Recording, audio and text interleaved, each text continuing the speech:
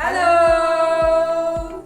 Hi, and welcome to another episode on Real Talk with Tracy. With me is another really phenomenal guest, and of course, I'm going to share a brief about her before mentioning her name. So, she is a very passionate woman, a trauma-informed development worker, a social entrepreneur, and much more. She is no other than Yonpan Dariem Abdullahi. You're highly welcome on the show, man. Thank you, Tracy, for having me. I've been watching Real Talk with Tracy and I'm glad to be part of this. Oh my god, and we're also happy to have you. Thank you. Happy to see you all too.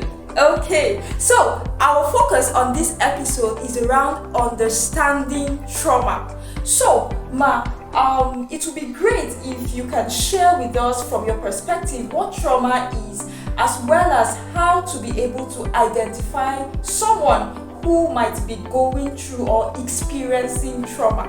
Okay, thank you, Tracy, for asking the question. I'm sure that a lot of the audience and listeners have been hearing about trauma as people are beginning to talk more about trauma.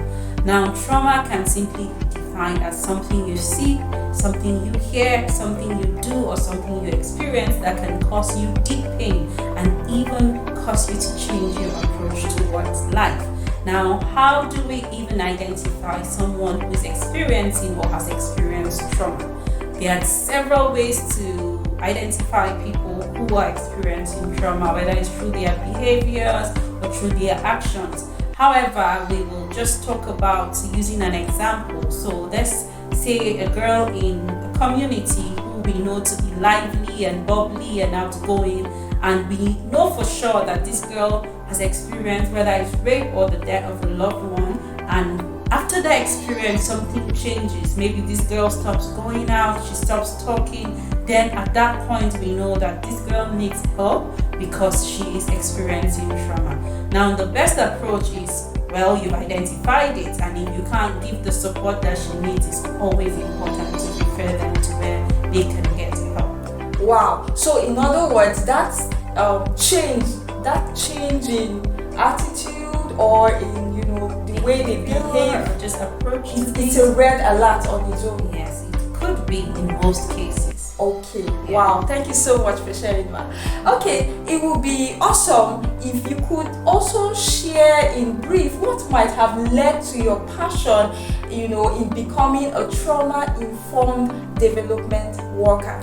Okay, so I like the way Tracy said I'm a passionate woman. I believe that I'm a passionate woman, and I'm passionate about everything I do as a person. So, but for this aspect of trauma, I grew up in a home where just being kind was a thing in my family. Both my parents are very generous people. I grew up around people, whether it's relatives, who were always willing to give themselves a little bit more.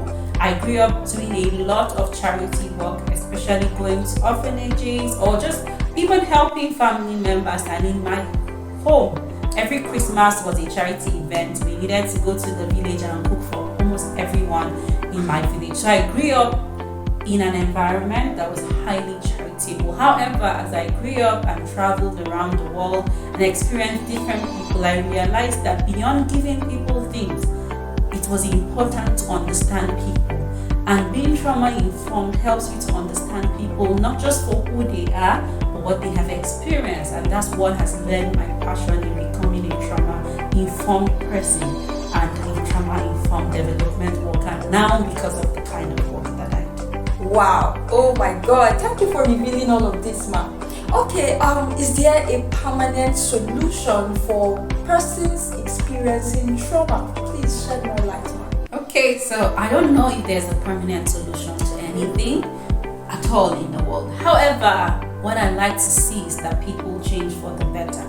Now, anyone who is experiencing trauma with the right kind of support can get better. And so it is important that when people suffer any kind of trauma, that we give them the right support that they need. And if we can't give the support, then we can refer them to professionals who can give that support. So yes, there can be healing for people who go through trauma, but I can't say that there's a permanent solution to trauma. Wow, thank you so much, ma. Okay, you are the National Program Coordinator and Deputy Lead for Safer World Foundation.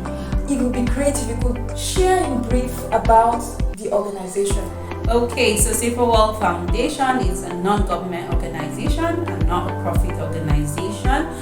We work to ensure that in communities we work in, that we build social cohesion and we build peace. Our thematic areas include peace building and psychosocial support. We work in different places in Nigeria and we partner with different organizations to build peace and to ensure that people are able to heal from their traumatic stress. Wow.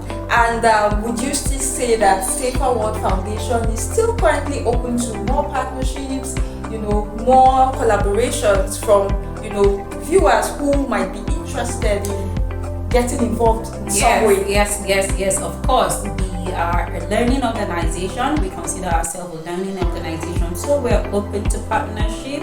And you can check our website if you want to volunteer or you have any ideas you want to share with us. You can check our website www.saferworldfoundation.org, and we're also on all social media pages on Instagram, LinkedIn, Facebook, and Instagram as Safer World Foundation. So yes, we're definitely open to partnership. Wow, that's awesome to know. Okay, if you've watched to this point, I'm sure that you must have gotten some form of education in this area that has to do with trauma. Thank you so much for coming on the show, ma. Thank you, Tracy, for having me. Oh my God. Exciting time. Thank you so much. Thank you so much as well, ma. Okay, so we have finally come to the end of this episode. Meanwhile, if you have also been, watchful, if I'll put it that way, the details on how to, reach out to Safer World Foundation is on the screen, including the website. So you can check it out and see where you can actually come in and, do the necessary, do the needful, if I'll put it that way. So we'll finally come to the end of this episode, and for us, it is a bye.